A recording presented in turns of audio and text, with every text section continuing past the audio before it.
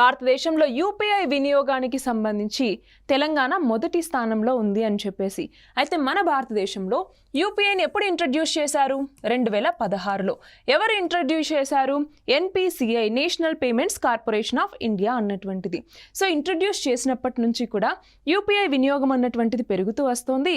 అయితే అలా పెరిగిన దాంట్లో మన భారతదేశంలోకెల్లా ఎక్కడ వినియోగ తీవ్రత ఎక్కువ ఉంది అనేసి చూస్తే తెలంగాణలో ఎక్కువ ఉందన్నమాట.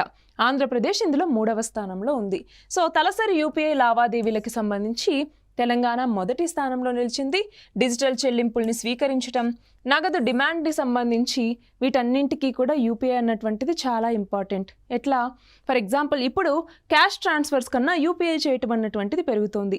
అంటే యూపీఐ వినియోగం పెరుగుతూ ఉన్నటువంటి కొద్దీ ఆర్బీఐ డేటా కావచ్చు, అలాగే ఫోన్పే కావచ్చు, సో వీటికి సంబంధించిన డేటాను తీసుకుని విశ్లేషించినప్పుడు ఆ వినియోగ తీవ్రతలో ఇప్పుడు తెలంగాణ అన్నటువంటిది మొదటి స్థానంలో నిలిచిందనమాట.